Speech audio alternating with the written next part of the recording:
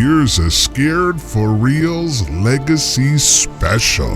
Hey, it's Chris O'Neill. Adam Perry. And we're here to talk about what could have been probably one of the biggest movie stars of all time, but unfortunately, just like his dad, his career was cut tragically short. Yes. So today we are going to spotlight on, the life and career of the one and only Brandon Lee, having his birthday February 1st, 1965. We're going to pay tribute to him. We're going to do our best to stay away from his greatest movie, The Crow, because we are going to, at a later date, spotlight that in full, because that deserves a lot of attention. But we're going to talk about, he's an important actor to me. I think he had the potential to, like you just said, be one of the greatest action stars, if not actors, of this generation. Stars, at least. Yeah, he would have been huge, and he was right on the cusp when we tragically lost him in that horrible accident. So I don't think he was even 10 years old when Bruce died. He was 8. Yeah. He was 8 years old. It affected him dramatically. It was something that he really struggled with, from what I've heard from his sister and what I've read about him. It was something that for a very, very long time he struggled with. Some examples of him struggling with it, because I can't imagine losing my dad at the age of 8. Well, I mean, again, he was his dad, just like everybody's son. It's his hero, and on top of that, your dad is also Bruce Lee. So you had that. Bruce, before Brandon could even walk, had him training in martial arts. So they had a bond there. Again, stuff that I read. After Bruce's death, his mother trying to take him back to martial arts schools to get some normalcy back in his life, because he was very upset, very angry about it. And I do know there was a story of one of the first schools they brought him to, which was run by one of Bruce's pupils, Dan Santo. He walked through the door and there was a giant mural of his father, and Brandon just turned around and walked out. It wouldn't be until years later that he kind of embraced his martial arts heritage and began to train in what he called his version of Jeet Kune Do, which was primarily Muay Thai kickboxing, Wing Chun Kung Fu, and some Kali, which he received from Daniel Santo. So before we get into too much, you watched a movie of his that it was a Chinese, one of his only Chinese movie that he ever cinema. For the very first time the other night, Legacy of Rage. What did you think of Legacy of Rage? Well, I wasn't expecting an Oscar-winning film here. Don't get me wrong. It was entertaining, but I was kind of let down because we didn't really get to see any of his martial arts in the movie. A lot of boxing. Yes. He had the whole rage thing, the one punch, the guy goes flying. It's very unrealistic, but it had its moments where it was fun to watch, and I watched this and I thought it was interesting to see Brandon Lee in this part, because basically what they did was they turned him into his father. Let's call it like it is. I didn't see that though, because I remember watching The Big Boss. I don't see any similarities in their big starring. This was like his first starring role, wasn't it? It was, yeah. Well, I mean, like his father, like even it was his first leading role. Yeah, from the way they did his hair, his facial expressions, the way he delivered his punch was very choreographed to look like how his father used to do it back in the day. Right. There is a little bit of Brandon Lee in there with some of his more flashier kicks and stuff like that when he did do the kicks. Again, it was very much, I mean, like I have the DVD right in front of here. Right. And it even says, Bruce Lee's only son, Brandon Lee, Crow Rapid Fire, proves that he's every bit of his father's son. In his only Hong Kong movie, A Tale of Violent Friendship, Betrayal, and Revenge. I mean, so before they even say his name, they're referencing his father. Yeah. And I know he would struggle with that. He struggled with that immensely. Yeah. I saw an interview with him, and he was talking about an audition that he went on. His headshot in his file didn't even have his name on it. It said son of Bruce Lee. And he saw it, and the casting director said to him, like, "Oh, I'm sorry, does this bother you?" And he goes, "Well, let me ask you this. If everybody ever always referred to you as a cute blonde with huge tits, would that bother you?" Yeah. I mean, so he struggled big time. But Legacy of Rage, it's definitely interesting. We see Bolo in there, which is kind of connects him with Enter the Dragon being that his father's final movie, and Bolo playing a big part in that. For Brandon Lee fans, if you haven't seen Legacy of Rage, it's worth at least one watch to see where he was at the very beginning of his career, where he would take it. So, and other things that work that he did, prior to, he did do a television movie, ironically, Kung Fu. Yeah, with David Carradine.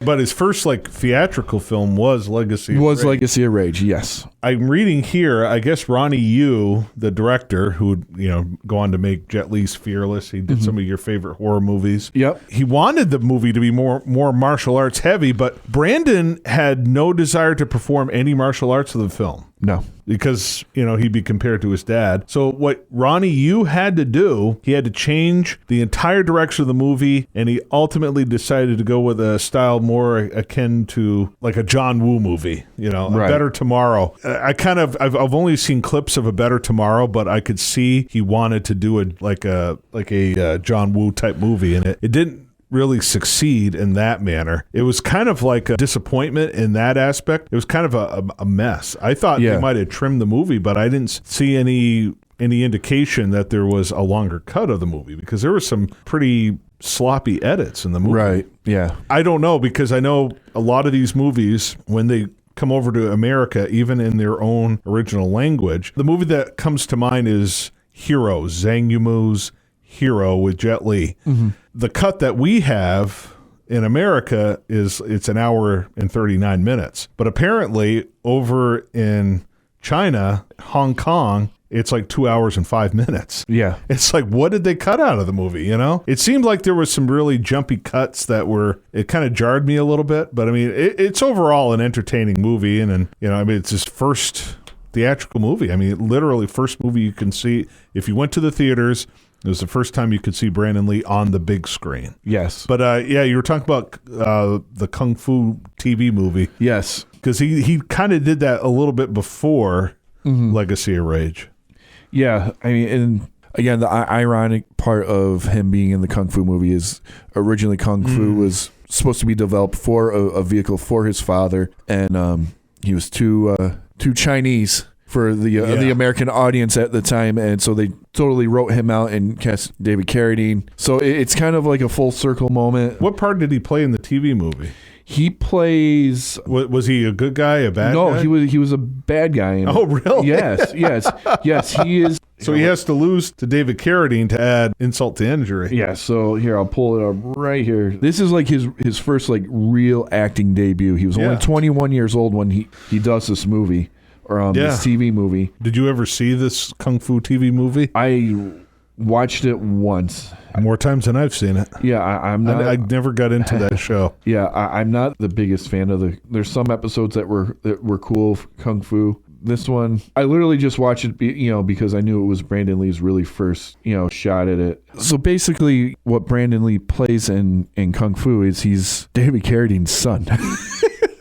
I'm read it here. The illegitimate son of David Carradine's character. So he had it wasn't just like a little bit part. It was a major part. Yeah. And again, this is his first real acting debut. But imagine having to lose to David Carradine, even though you could probably beat him up. He really wasn't doing the martial arts thing at this time either. No, he didn't want to. Yes. I think one thing you guys need to remember about the difference between Brandon and Bruce, where Bruce used the martial arts and movies to kind of preach his own philosophies. He wanted to entertain you, but it was really more of a vehicle for him to preach his philosophy, share his martial arts with the world. Brandon Lee was 100% actor. That's all he wanted to do. That was his passion. That was his life. It was his main quote here. I'm looking at it. I don't want to be remembered as the son of Bruce Lee. That was his major quote. Exactly. And again, we're trying to stay away from The Crow.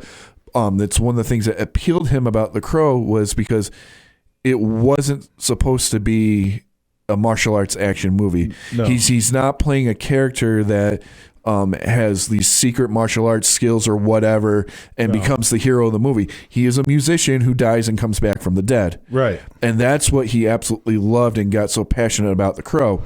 Right. But after Legacy of Rage, he does an independent movie in South America called Laser Mission. Again, other than unless you're a Brandon Lee fan and you kind of want to see where he's progressing, it's not the greatest movie of all time. It did get a big cult following on the video circuit. Again, you're starting to see, a little bit more maturity in, Brandon Lee as an actor. It is a martial arts action movie. He just kind of needed to take the roles where he got him to break into this thing. And this is where he starts embraces martial arts legacy. This is now the time where he begins to really work with Dan DeSanto, on how to make his martial arts on screen play very well. We start seeing that Brandon Lee style that we get in the next few movies. Yeah, I'm looking at this this monster kick he gives to B.J. Davis here in Laser Mission.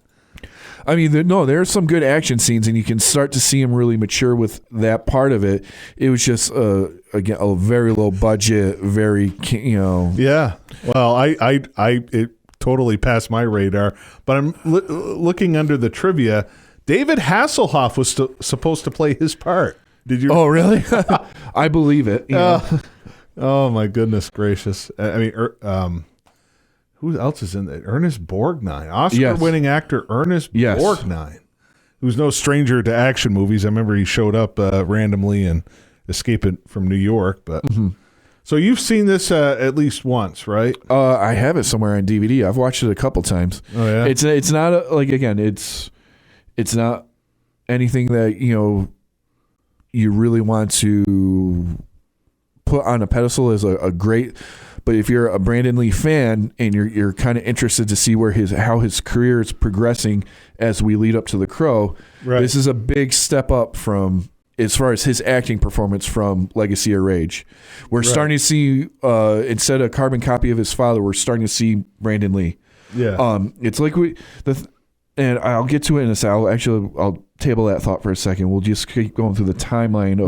But I wanted to mention though, if you're one of the lucky ones that had the German or British VHS release of Laser Mission, you get the extended decapitation scene and a bit more violence. Yes. Does the DVD, did it have the extended decapitation sequence? Mine did not, no. Gotcha. But I heard about the decapitation scene. Yeah.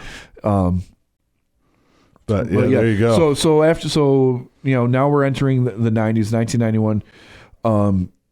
Brandon Lee lands his first major American role in Showdown in Little Tokyo, where it's a buddy cop action movie. This one I've heard of, with Dolph Lundgren. This is is it winning Academy Awards? Is it going to be put in one of the 100 greatest movies? No, but it's a fun martial arts movie. It's got a killer cast. Like I said, it's got Dolph Lundgren. It's got the beautiful Tia Carrere. Oh yeah. And she is phenomenal in it. Cary Hiroyuki Tagawa is in it. Yes. He's the bad guy? Yes, he's the main bad guy. See, I've never seen this movie before. He's a fun character actor that pops up in TV shows and stuff. He always makes the scene a little more interesting. Yeah. Toshiro Obeda, who we might remember him as Tatsu in the Ninja Turtle movies. Yeah. He's in it. So it's kind of cool to see Brandon Lee interacting with some of these characters that you've seen from other martial art movies like the Ninja Turtles and Mortal Kombat. And again, he's got a good dynamic with Dolph Lundgren. They make a very good actually team. Uses a samurai sword in one scene. Yeah, well, I mean, they were all fake except for that one time he actually used a real samurai sword. He's cutting through the trees there. And we got to give Dolph Lundgren credit too. He's a very accomplished martial artist in his own right. Yeah, no one ever talks about him. Yeah, I mean, he was a world champion fighter in the style of Kyokushin karate. Mm-hmm. And if you don't know what Kyokushin is, it is bare knuckle karate. And he's one of the best in the world. At least was one of the best in the world. Well, what's funny is Sylvester Stallone wanted the punch to be real in Rocky IV. Yeah. And he laid up Sylvester Stallone for a few days in the hospital. Yes. Yeah. I'm going to break you. He broke him. Yeah. Showdown in Little Tokyo is a fun movie, and this is where I think we first see Brandon Lee as we were going to know him. He's a wise ass, younger cop, but now you're really seeing his athleticism, his talents as a martial artist, and just where you would see him go as an actor, because. What I was getting at before, and we'll talk about the next movie going into Rapid Fire, and before we really get into Rapid Fire, Brandon Lee had, as an actor, a rhythm and a very distinct style. Yeah, you were telling me this. Yes, yeah. we were talking about this before the show. If you could hear him talk, you could hear his beats and his pacing and the way he delivered lines, and it was very distinct, very unique. You would hear it, and it, like Jack Nicholson. The way Jack Nicholson. I mean, I'm not saying that he was anywhere close to the because we don't know. He died too early. That he could have been that good, but. You're talking about Jack Nicholson in the sense of when you hear him deliver a line and you see him in a movie, it's very distinct. He doesn't really change much. He has a very specific pace, a very specific delivery. There's a tone to his voice. There's a feeling to his voice.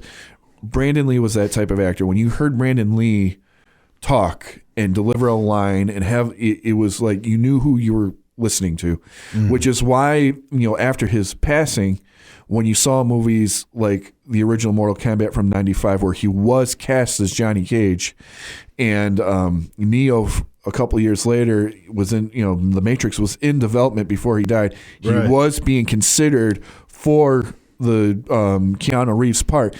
And so if you watch Showdown in Little Tokyo and you watch Rapid Fire and you pay attention to how Brandon Lee talks and delivers his lines with his humor, seriousness, sarcasm, and the beat of his voice. Right. And then you watch the Johnny Cage character and the Neo character, you can close your eyes and you can hear him.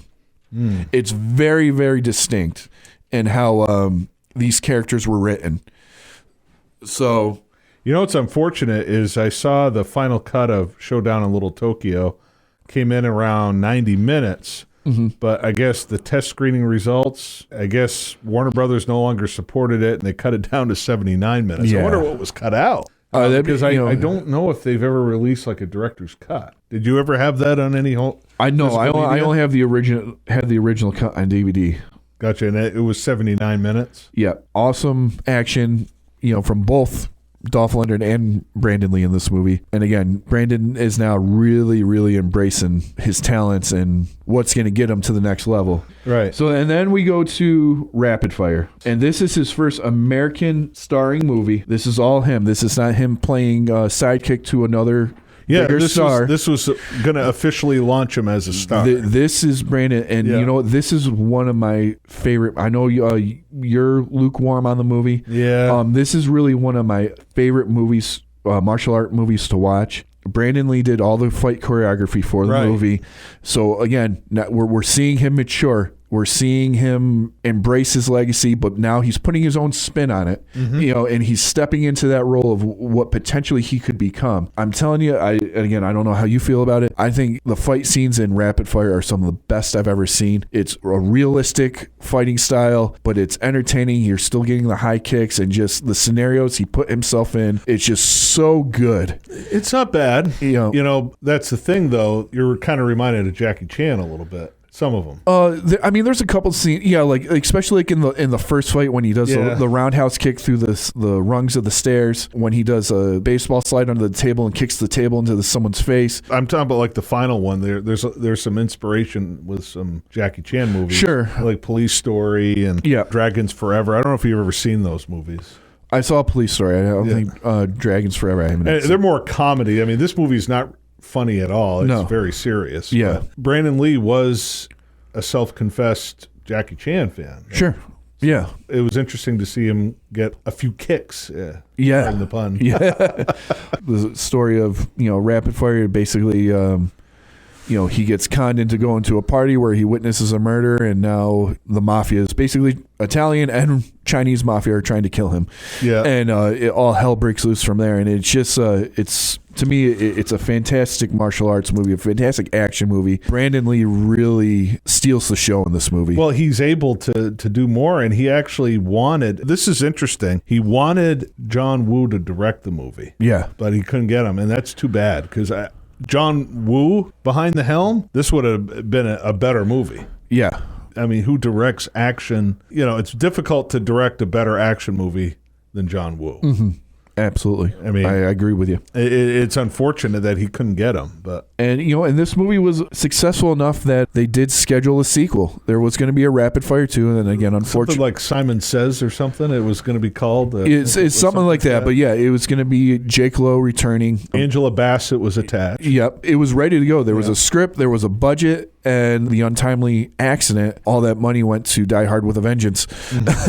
Basically, Rapid Fire and Showdown in Little Tokyo. I mean, you want to see where Brandon Lee was headed and the potential he had. I mean, especially Rapid Fire. And then, obviously there is The Crow, and we are going to do a deep dive, but we can't not mention The Crow. Brandon Lee being an actor's actor rather than a martial artist actor. He was so excited. The guy got the graphic novel of The Crow and walked around with it for a year. Right. I mean, he was obsessed with his character. He was obsessed with the story. He was excited. This was not a martial arts movie. Right. It's not a martial arts movie. It's a supernatural action movie. Well, it's based on a comic book, isn't it? Yeah, by James O'Barr. It's just unfortunate on March 31st, 1993, and we'll get into that in the Crow episode, the tragic accident of incompetence handling firearms on a movie set to cut costs led to a really tragic accident, costly death of Brandon Lee. And it's almost disgusting as we see now that Alec Baldwin is being officially charged with manslaughter, that so many, over 30 years later, that we still haven't learned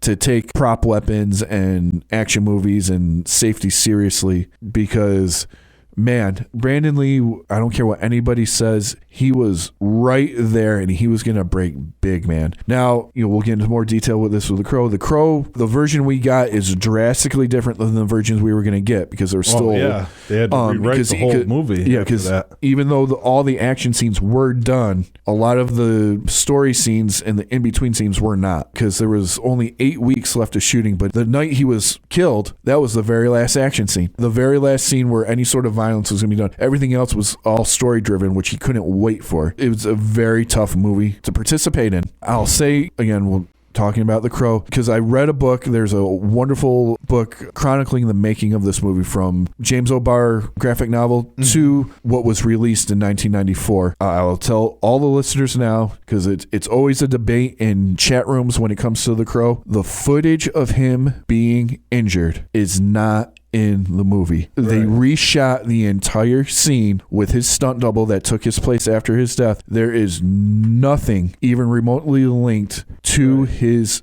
I know a lot of people think that the accident... Well, there was an urban myth that went around that the scene where he's... standing on the table, yes. And that was a big urban myth. It is floated around. It still floats around. Yeah, and that's what I'm trying to dispel right now. He wasn't even in the Crow makeup. He was in his... Basically, the scene was a flashback of when he and Shelley get murdered in the loft. That whole scene was rewritten and redone. The footage of the accident, I do believe, still exists, but it is locked away for evidence purposes and guarded by the Lee estate. You will never, ever, ever, ever see that. Why would you want? Well, there's some sick people who want to see just to know what happened. Yeah. I know what happened. We'll get into that on the Crow episode. It does bug me for his legacy and his memory to hear such rumors that aren't true. If you're watching The Crow and you're watching it to see a guy get killed on screen, you're not going to see it because it's not there. And the scene that it was supposed to be was totally rewritten and redone. So it's just not there. So get that out of your head. Brandon Lee was contracted to do 2 more Crow movies after that. So who knows what we would have gotten had the unfortunate accident not happened. I mentioned he was cast as Johnny Cage in Mortal Kombat. I don't know if he could have saved that movie. He couldn't have saved. Well, but the movie was still successful, even as bad as it. But you know what? Again, like I said,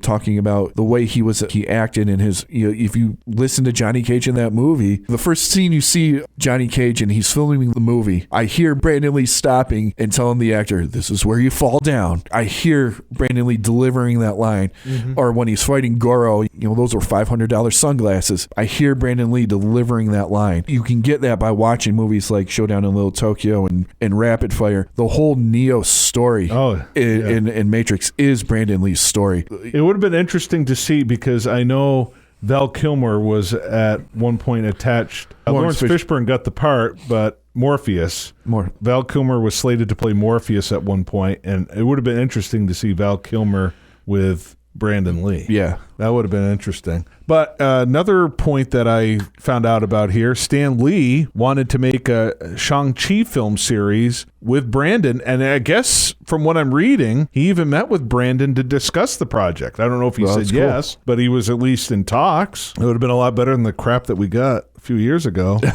Tony Leon on the side. That would have been cool, but who knows? We could have seen a lot better movies. Sure. You look at his personal favorite movies, A Clockwork Orange. He also loved Last Tango in Paris. Not too many performances that are better to study in any acting course than Marlon Brando's performance in Last Tango in Paris. Well, like I said, Brandon Lee, he was an actor's actor, and he just used the martial arts and, his natural talents to kind of get him in. I think as soon as he broke, man, you would have seen some really cool and fun stuff from him. Yeah. And unfortunately, we never got that. And I guess he was also asked to play the role of his dad. It's like, really? Yeah. Semi-fictional. Well, whenever you see the dragon movie based on a true story, Yeah. they're obviously going to take some liberties. The thing is the child form of Brandon Lee is prominent in that story, in that movie, and in that story. How awkward would it have been for Brandon Lee to have to play father to himself?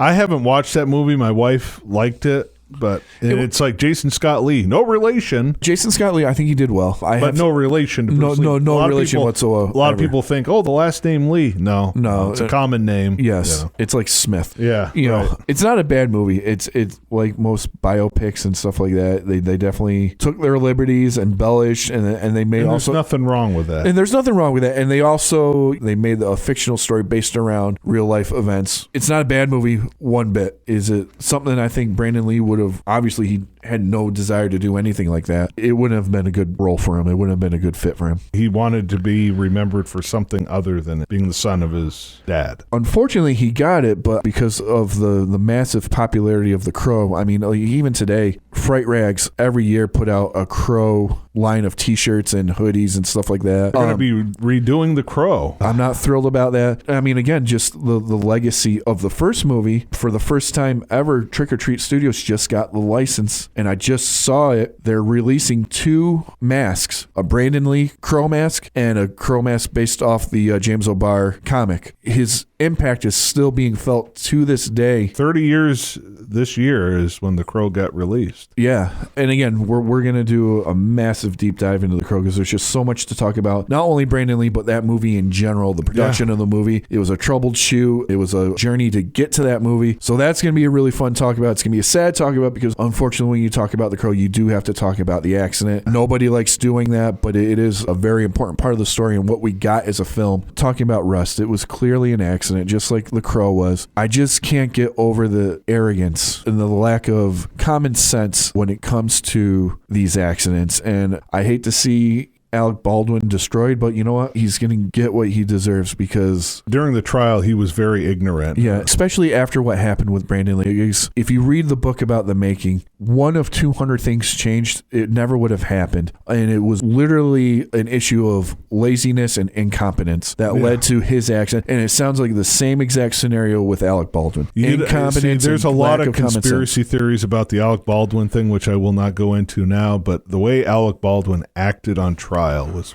totally unacceptable. Yeah. That's a whole different That's discussion. a whole different story. But and again, it's never, ever should have happened. No. And like I said, having read the book and researched the accident, one of 200 things gone different, we wouldn't even be talking about it right now. But unfortunately, we are. And unfortunately, 30 years later, we're discussing another accident relevant to that. So something we'll get into with our Crow episode. Today, with Brandon Lee, his birthday, February 1st, 65. Really want to kind of celebrate the work he did because it was, even though there's only 5 movies, you can see him progress in every single movie. And he was just on a trajectory that it was just, who knows where he could have gone. So happy birthday to Brandon Lee. If you haven't seen Legacy of Rage, Laser Mission, Showdown in Little Tokyo, or Rapid Fire, and obviously The Crow, I highly recommend you go check it out. Really enjoy what he did give to us when he could. He was, even though he hated being referenced, he was the son of Bruce Lee, and he clearly had that talent. I think he was also miles beyond the acting capability that his father had. And we'll never know, unfortunately, Yeah. which is just, that's sad.